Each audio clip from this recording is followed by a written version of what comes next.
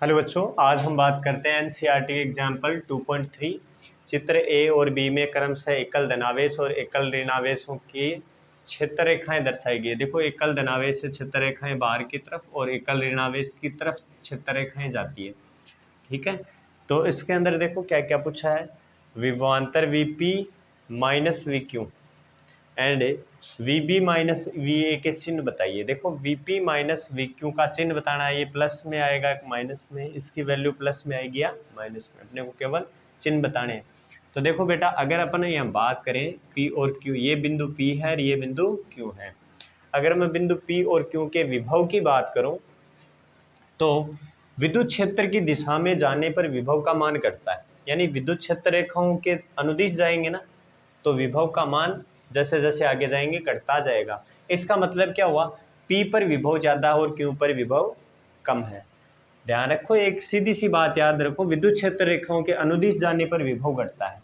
तो बिंदु P पर विभव ज़्यादा होगा और बिंदु Q पर विभव कम होगा। मतलब जो ये VP हो गया और ये VQ हो गया, तो आप क्या लिखोगे, VP greater than VQ, VP greater than VQ होगा। ठीक है, ए नंबर का आंसर देख रहे हैं।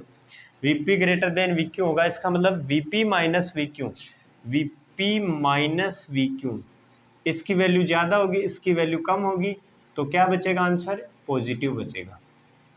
तो इसका चिन्ह पॉजिटिव आएगा। अच्छा, V B minus V A, मैंने अभी अभी आपको बताया है विद्युत क्षेत्र की दिशा में जाने, विद्युत क्षेत्र रेखा की दिशा में जाने पर विभव घटता जाता है।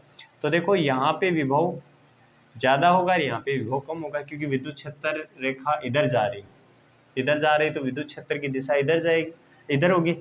तो B पर विभव ज़्यादा होगा और A पर विभव कम होगा। यहाँ पे देखो, विद्युत क्षेत्र रेखा बाहर की तरफ थी, इसलिए मैंने P पर विभव ज़्यादा और Q पर विभव कम बताया। इधर विद्युत क्षेत्र रेखा की दिशा इधर है, इसका मतलब B पर विभव VB और ये विभव VA, तो VB ग्रेटर देन होगा VA से, VB ग्रेटर देन VA। और आपको चिन्ह किसका चाहिए, VB माइनस VA का चाहिए, तो VB माइनस VA क्या आ जाएगा बच्चों, इसकी वैल्यू ज़्यादा है, इसकी वैल्यू कम है, इसका मतलब आंसर पॉजिटिव आएगा। तो ये एक नंबर का आंसर हो गया, ए नंबर का। अब सेकंड नंबर देखो, बिंदु Q और P, A और B के बीच एक छोटे ऋणावेश की स्थितिज ऊर्जा के अंतर का चिन्ह बताइए।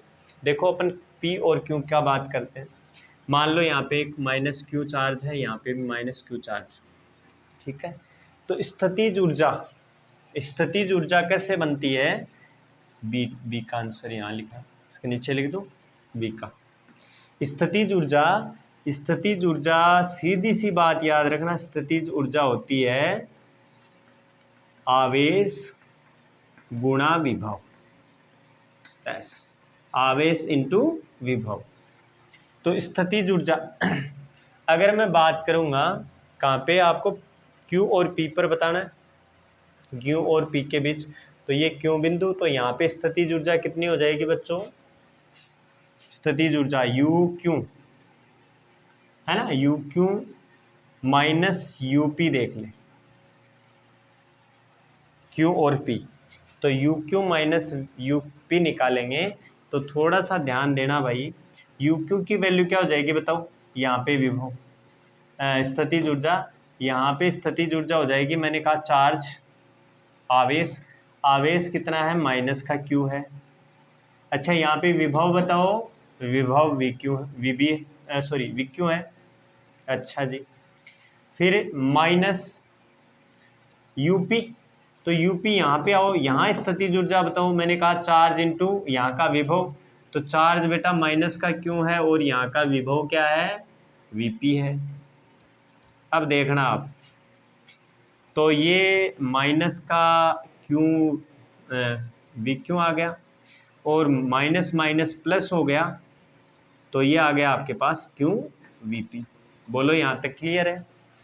स्थितिज ऊर्जा आवेश गुणा विभव कर लो, आवेश Q पर माइनस Q चार्ज और विभव VQ था।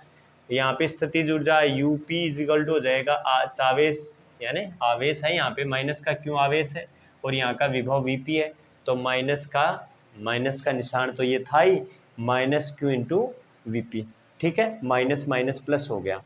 तो देखो इसको थोड़ा सा ठीक करके ऐसे लिखो, प्लस वाला पहले लिख दूँ, क्यू कॉमन आ जाएगा, तो तुम्हारे पास क्या आएगा, वीपी माइनस वी क्यू आ जाएगा ना, बताओ।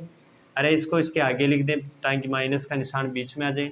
तो यहाँ पे देखो क्यू दोनों में से कॉमन हो जाएगा, तो वीपी माइनस वी क्यू, और तुम जानते हो कि वीपी माइनस वी क्यू क्या होता है, पॉजिटिव होता है। तो ये अभी निकाला था ना ए में, तो इसकी वैल्यू पॉजिटिव आएगी, तो ये पूरी वैल्यू भी क्या होगी फिर, you Q minus U P है, इसकी वैल्यू भी क्या आएगी, पॉजिटिव आएगी। समझ गए। अब इसका बी पार्ट देखें, ये सेकंड वाला, बी का सेकंड पार्ट है ए और बी के बीच। तो ए और बीच मान लो यहाँ पे भी माइनस क्यू चार्ज रखा हुआ है और यहाँ पे भी माइनस क्यू चार्ज रखा हुआ है। अब की बार स्थिति ऊर्जा निकालनी है किस किस के बीच में बेटा, ए और बी। तो आप क्या लिखोगे, U A minus U B. अच्छा वही फॉर्मूला लगाओ, यू ए पर चार्ज क्या है, माइनस का क्यू चार्ज है, चलो ठीक है। विभव कितना है, वी ए है, फिर माइनस का निशान, फिर बी पॉइंट पर आओ, यहाँ पे चार्ज कितना है, माइनस का क्यू है, और यहाँ पे विभव कितना है, वी बी है। लो भाई माइनस माइनस प्लस आ गया, तो माइनस का Q V A minus minus plus Q V B. बोलो यहाँ तक समझ में आया। फिर अपन वही काम करेंगे, अगर मैं क्यू कॉमन लूँ तो तुम्हारे पास ये प्लस का, तो V B minus V A आ गया। अब चेक करो, ए नंबर में आप निकाल चुके हो V B minus V A, V B minus V A का चिन्ह क्या आया बताओ, V B minus V A positive है, मतलब इसकी वैल्यू पॉजिटिव आएगी। तो इस U A minus U B यानी क्यू से मल्टीप्लाई होके ये पॉजिटिव है, तो ये भी क्यू प्लस पॉजिटिव आ जाएगा, ठीक है। अब सी नंबर के अंदर चलो आप, सी वाला देखो, ये वाला Q से P तक एक छोटे धनावेश को ले जाने में क्षेत्र द्वारा किए गए कार्य का चिन्ह बताइए। कहाँ से, Q से P की ओर। देखो ये Q पॉइंट है और ये P पॉइंट है, ये P पॉइंट है, ये Q पॉइंट है। क्या कहा गया है, Q से P एक छोटा धनावेश लेके जाना है, छोटा धनावेश एक पॉजिटिव चार्ज लेके जाना है, प्लस आवेश इधर लेके जाएंगे, तो प्लस प्लस के बीच में प्रतिकर्षण होता है, और इस पर जो बल है, ये विद्युत क्षेत्र किधर बल लगाएगा, आपको पता है प्लस चार्ज पे जो बल लगता है विद्युत क्षेत्र के कारण, वो विद्युत क्षेत्र की दिशा में लगता है। तो F तो इधर लगा, लेकिन ला किधर रहे हैं, इधर ला रहे हैं चार्ज को, तो इन दोनों के बीच में एंगल कितना बन गया बेटा, 180 डिग्री का। और तुम जानते हो, कार्य पूछा है, तुम जानते हो W बराबर एफ अक्स, और बीच में एंगल कितना बना है, मान लो अक्स विस्थापन तक इधर लेके जा रहे हैं, तो बीच में कोण बन रहा है 180 डिग्री का, तो हो जाएगा कोस 180 डिग्री। आप जानते हो इसका मान -1 होता है, तो ये W इजिकल टू हो गया माइनस एफ एक्स। आपको बताना है W का चिन्ह क्या होगा, नेगेटिव होगा। क्या होगा W का चिन्ह, नेगेटिव। बोलो क्लियर है यहाँ तक। अब आप डी नंबर में आ जाओ। चलो बी से ए तक एक छोटे ऋणावेश को ले जाने के लिए बाह्य साधन द्वारा किया गया कार्य बताइए। अब यहाँ पे आ जाओ बेटा, यहाँ पे आपके पास पॉइंट बी है और यहाँ पे पॉइंट ए है। क्या कहा गया है, बी से ए तक ऋणावेश को लेके जा रहे हैं, है ना। यहाँ पर बी है, यहाँ पे माइनस क्यू आवेश इधर लेके जा रहे हैं, किधर लेके जा रहे हैं, इधर। तो माइनस माइनस के बीच में प्रतिकर्षण होता है, तो विद्युत क्षेत्र तो किधर बल लगा रहा है, इधर बल लगा रहा है। विद्युत क्षेत्र के द्वारा, अगर आपको पूछता है कि विद्युत क्षेत्र के द्वारा कितना कार्य, यानी कार्य का चिन्ह, तो विद्युत क्षेत्र तो इधर बल लगा रहा है और इसका विस्थापन इधर हो रहा है, 180 डिग्री का कोण बन जाता और कार्य ऋणात्मक आता। लेकिन ध्यान दो, बाह्य साधन द्वारा किया गया कार्य, मतलब मैं इसको लेके जा रहा हूँ, तो मेरे द्वारा कितना कार्य किया जा रहा है। मैं जब इसको माइनस क्यू की तरफ लेके जाऊंगा, इसको ए से बी की तरफ लेके जा रहा हूँ इस माइनस क्यू चार्ज को, तो मेरे द्वारा लगाया गया बल भी इधर ही है, विस्थापन भी इधर ही है। तो बाह्य साधन द्वारा लगाया गया बल और विस्थापन एक ही दिशा में है, तो इसका जो W होगा वो पॉजिटिव होगा, है ना। एफ एक्स को 0 डिग्री हो जाएगा। ये एफ बाह्य साधन द्वारा कितना बल लगाया जा रहा है, तो बाह्य साधन इस क्यू आवेश को हम विद्युत क्षेत्र के विरुद्ध लेके जा रहे हैं, क्योंकि विद्युत क्षेत्र इधर बल लगाता है, लेकिन हम इसको इधर लेके जा रहे हैं, तो हमारे द्वारा लगाया गया बल भी इधर ही है और विस्थापन भी इधर ही है। दोनों एक ही दिशा में होने के कारण इस थीटा की वैल्यू 0 डिग्री हो जाती है, तो डब्ल्यू क्या आ जाएगा, पॉजिटिव आ जाएगा। क्लियर है। और लास्ट ई नंबर देखो बेटा, ई नंबर में क्या पूछा है, बी से ए तक जाने में क्या छोटे से ऋणावेश की गतिज ऊर्जा बढ़ेगी या घटेगी। यही ऋणावेश है।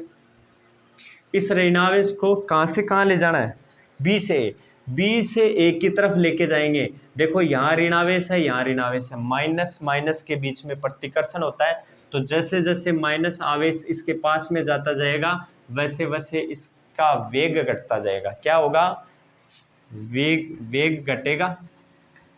और जब वेग घटेगा तो गतिज ऊर्जा, क्या पूछी है, गतिज ऊर्जा का सूत्र होता है kinetic energy is equal to 1/2 mv²।